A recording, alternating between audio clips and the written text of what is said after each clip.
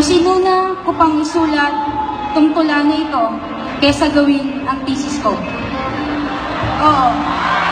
Masinuna ko pang isulat itong tulang para sa'yo kesa gawin ang sariling thesis ko.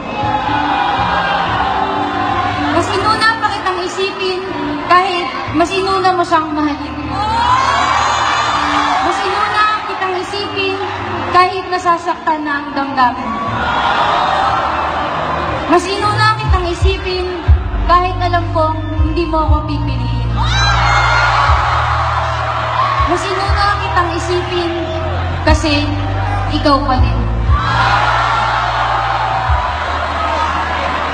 Pero kahit ganun pa man, hindi na magbabago yung pag-una mo sa babaeng nagustuhan mo.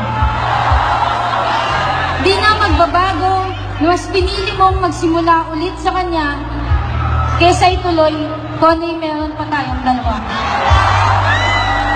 Hindi na magbabago na iniwan mo ko para sa kanya. Hindi na magbabago dahil sabi mo, mahal mo din siya.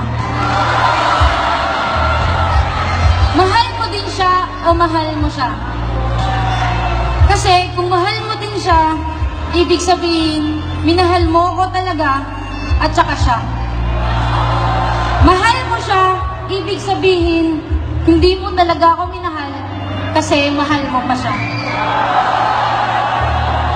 Kahit ano pa man ang sagot, hayaan nyo na.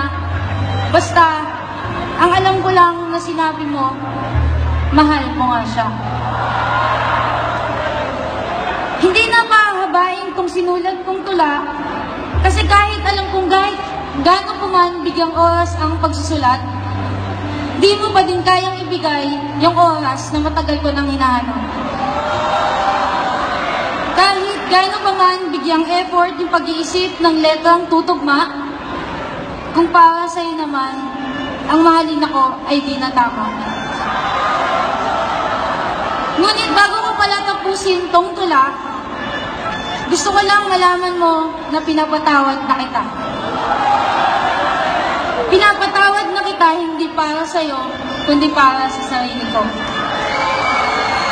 Pinapatawad na kita dahil ang paghawak ko pa din sa ating dalawa ay parang din sinabi kong mahal pa kita. Pero oo, mahal pa nga kita. Ngunit mas pipiliin kong bumitaw na.